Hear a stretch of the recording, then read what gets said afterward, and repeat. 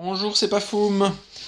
Alors, je suis très content aujourd'hui de vous montrer une vidéo particulière. Je vous avais dit que je vous montrerai pas d'attaque de d'HDV 8, mais là, ça va être le cas. Je vais faire une vidéo spéciale HDV 8. Parce qu'il faut savoir, on est en le 7 du mois, on a décidé, c'était de manière très arbitraire, afin que ça soit tout le monde, enfin, afin de chercher une égalité entre tous les membres, on a décidé que le 7 du mois, chaque personne qui avait assez d'élixir noir pouvait lancer ses deux héros et du coup se retire des guerres. Donc c'est-à-dire que là maintenant quand on regarde le clan, on voit que tous nos HDV9, enfin il y en a pas mal, qui sont en rouge, parce qu'on est en train de up nos héros, comme ça on monte tous nos héros ensemble, et ça permet juste pendant une période de 6 jours de faire des petites guerres de clans entre HDV8 et les 9 qui n'ont pas eu assez de ressources pour lancer leur héros. Et ça permet, quand cette période de 6 jours est passée, de faire des grosses guerres. Donc de grosses guerres, on s'entende, on n'est pas un gros clan. On n'est pas 50 personnes, 50 membres dans le clan, on est juste 20, enfin on peut faire, ça nous permettra de faire des guerres à 15 ou 20 personnes. Ce qui est pour nous des grosses guerres, étant donné qu'on est 22 personnes dans le clan. Donc là, du coup, ça permet aussi de faire des guerres un peu moins importantes, c'est-à-dire que là, dans la guerre que je vais vous présenter, on avait donc c'était une guerre à 10 personnes et il y avait chez nous donc 2 HDV 9 et 8 HDV 8. Et donc du coup ça permet de faire des petites guerres où bah là vous pouvez voir en plus qu'on a rencontré une équipe, vous pouvez voir que c'était un clan niveau 4, mais ils avaient voilà 37 victoires, ils avaient simplement 5 défaites, donc c'était pas non plus on s'attendait pas que ça soit si facile. Mais après nos 8, justement, c'est pour ça que je fais une vidéo spéciale 8. Nos 8 ont vraiment bien assuré. Il y a eu des belles attaques. Je vais pas toutes vous les montrer. Je vais vous en montrer, à vrai dire, je vais vous en montrer, allez, je vais vous en montrer peut-être 3-4. Je vais voir en fonction du temps qui passe si j'ai la motivation pour vous en montrer plus. On va commencer par une très belle réalisation de Crotoum. Donc Crotoum, on peut voir, de par son pseudo déjà, qu'il est chez nous depuis un moment. Donc c'était un Goog. Il faut savoir que nous, lorsqu'on utilise des techniques avec des troupes au sol qui ne tapent pas les troupes aériennes, comme des full coco, des go whip, même si on a des archers, etc., on a malgré tout nos golems et nos PK qui n'attaquent pas les cibles, qui n'attaquent pas les troupes aériennes. Donc du coup, dès qu'on utilise des attaques où on a des troupes au sol qui peuvent pas toucher les troupes aériennes, ben à chaque fois on fait sortir le château de clan. C'est-à-dire sur les go whip on fait sortir le château de clan, sur les attaques cochons on fait sortir le château de clan, sur les attaques goag on fait sortir le château de clan. Tout simplement parce qu'à chaque fois c'est quand même décevant de louper une attaque. Tout ça parce que le château de clan nous OS dès le début nos golems, ou nous OS dès le début nos troupes. Donc voici le GOG, je vais pas parler plus que ça, j'ai déjà beaucoup parlé. Donc l'idée, c'était de sortir le château de clan. Vous pouvez voir que le roi était sud, on aurait pu attaquer sud. Mais l'idée du GOG, c'est surtout de faire aller les golems où on a l'impression qu'il y aura des méga bombes. Et là, bon, je pense que ça saute aux yeux. On voit bien que c'est au sud, au nord, pardon, justement. On voit bien que c'est au nord qu'il y a pas mal de trous et qu'il y a pas mal de possibilités de méga bombes. Bon, pour être tout à fait honnête, on a tenté un GOG avant sur ce village, ce qui a permis de découvrir vraiment où étaient placés les mégas. C'est un GOG qui a été loupé à 99% par Picham, un de nos membres, par manque de temps tout simplement.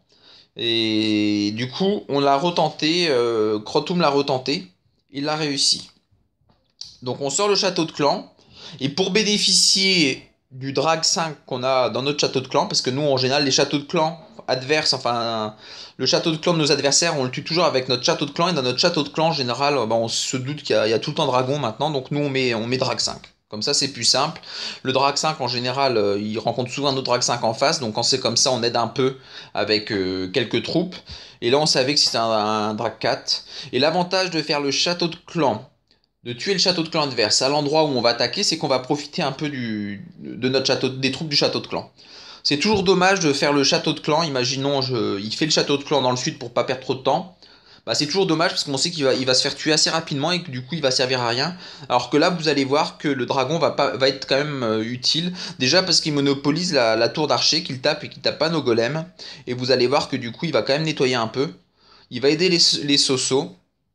Et il va aider les golems à tout nettoyer. Donc là, Crotte fait exprès d'attendre, d'envoyer son roi pour essayer de choper justement une des tours de sorcier.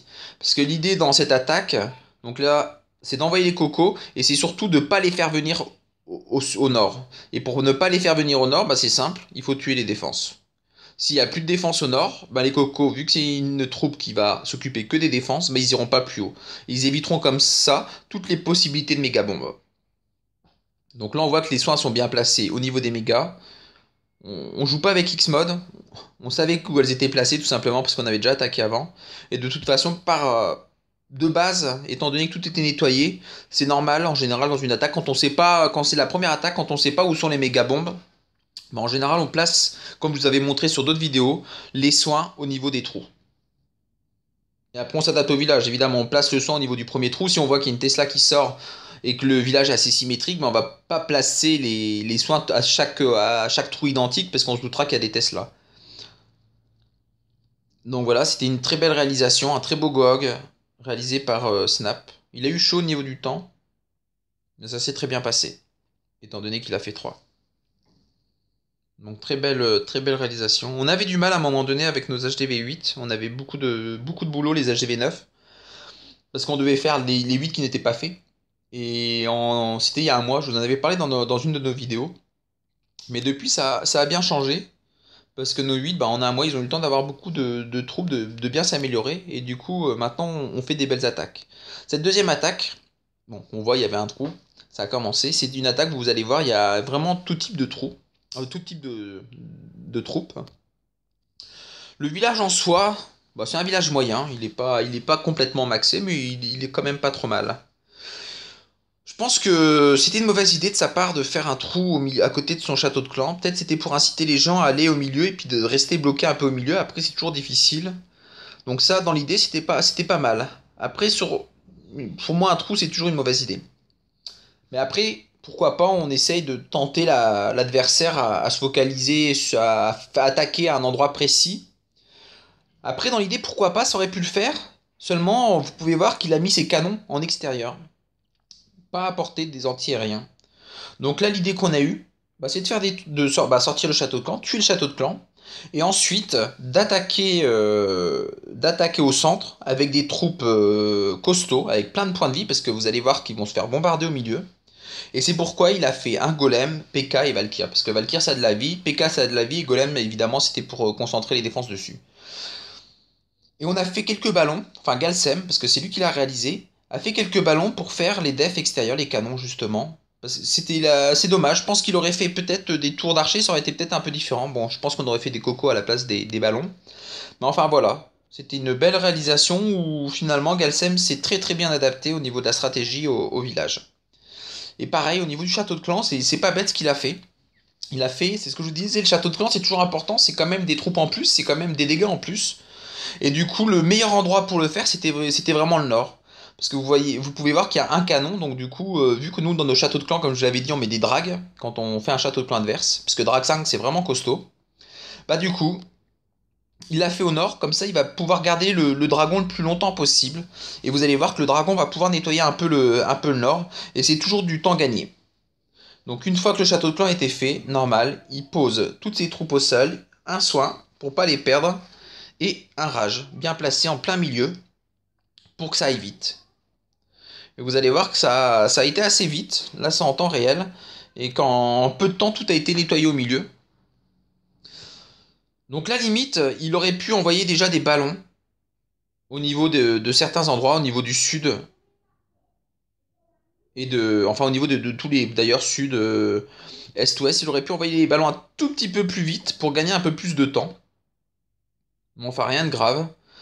Ça s'est bien passé. Et puis, je vous parlais du château de clan. Vous pouvez constater que le château de clan, d'ailleurs, est toujours là. Et il est en train de nettoyer. Et ça, c'est malgré tout une aide précieuse. Et Drag 5, comme je vous disais, c'est costaud. Hein, ça peut prendre plusieurs bombes aériennes avant de mourir. Hein. Donc voilà. Il a même fait l'économie d'un rage. Et l'idée aussi, c'est, vous avez vu, il a mis aucun sorcier au centre. Parce que les sorciers au centre se sont fait OS par les dégâts de zone. Il les a gardés vraiment pour les extérieurs. Une fois que les ballons ont nettoyé les defs, il les a gardés pour ajuster, pour pas qu'il y ait à un moment donné un souci où finalement on a oublié la petite cabane au fond à droite et du coup on loupe, on fait un 99% parce on a mal géré. Donc là, c'était une très belle attaque de Galsem. Et allez, je suis motivé, je vais vous montrer une dernière vidéo. Alors je réfléchis. Donc là, je vais pas vous montrer de vidéo d'HDV9. Il y a Snap qui a fait un joli mobile, mais là c'est pas vraiment l'idée de cette vidéo. Je vais mettre à l'honneur.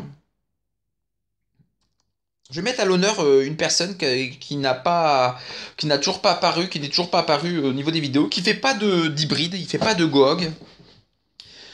Il joue très bien les drags. Bon, après, vous allez me dire, ça reste que les drags, mais malgré tout, il les joue très bien. En général, il fait souvent du 3 étoiles sur les villages. Bon, là, en l'occurrence, vous allez voir que le village n'était pas non plus hyper costaud. Mais c'était plus pour vous montrer. Je vous avais dit que je vous montrerais pas d'attaque drag, parce que c'est pas génial. Moi, je trouve pas ça génial. C'est pas très joli. Mais là, je vais vous en montrer une, parce qu'à l'heure actuelle, peut-être que vous ne le saviez pas, et si vous ne le saviez pas, maintenant vous le savez. Lorsqu'on a foudre 5, et je vous dis bien foudre 5, avec un séisme, quel que soit son level, on peut descendre un anti-aérien niveau 6. Et ça marche qu'avec les foudres 5. Avec foudre 4, il reste quelques PV à l'anti-aérien. Et du coup, ça permet de dégager un autre sort. Et là, en l'occurrence, un rage. Et lorsqu'on a un village comme celui-ci, où finalement, on a deux anti-aériens qui sont assez proches du bord, et un anti-aérien un peu plus dans le village, bah cette méthode est assez redoutable. Et là, d'ailleurs, on a fait le choix d'attaquer devant le propulseur, parce que finalement, les propulseurs, honnêtement, bah quand il n'y a pas grand chose en face, ça vaut le coup d'attaquer devant. En général, les drags ils s'en sortent quand même assez facilement, surtout lorsqu'on a un rage. Vous allez voir que du coup, Anas a fait une belle attaque. On lui avait dit on a réfléchi tous ensemble et on trouvait que cette méthode-là, pour lui, c'était pas mal. En général, on voit qu'il est quatrième, il attaque le 7 parce que, comme je vous l'avais dit, nous on n'attaque pas nos vis-à-vis. On n'attaque pas nos vis-à-vis.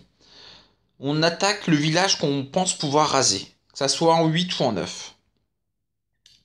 C'est vraiment une stratégie qui nous est chère parce que ça nous permet souvent à l'heure actuelle, ça nous permet en ce moment de raser quasi tous nos adversaires. On peut voir que le village là n'était pas, à part les anti-aériens qui étaient un peu faibles, il y en avait 2-5. C'était pas non plus un village, un HDV8 près moi, loin de là. Donc c'était une belle attaque. Bon, après, ça reste des attaques drag. Les attaques drag, il y a toujours un peu de chance dedans, malgré tout. Selon où vont les drags, etc. Ça reste toujours. C'est pas les attaques qu'on affectionne le plus. Après, Anna, je disais qu'il était spécialiste des attaques drag, mais il sait faire autre chose. Il sait faire aussi des attaques coco. Mais c'est vrai que souvent on lui demande de faire les attaques drag sur des villages comme celui-ci où on se dit qu'en Go 8, bah ça peut passer. Il avait pas des gros murs. En Go 8, je pense qu'il passait. En full coco, vous pouvez voir qu'il y a énormément de trous, donc on l'a pas vraiment tenté. Et après en GOG ou en holo, c'était pas forcément évident non plus. Donc malgré tout, pour moi les attaques drag c'est pas les plus belles attaques, mais c'est quand même des attaques utiles. Il y en a plusieurs dans le clan, deux trois personnes HDV8 qui font quasi que ça et qui le font très bien, dont Anas. Voilà, bah merci à tous et à très bientôt.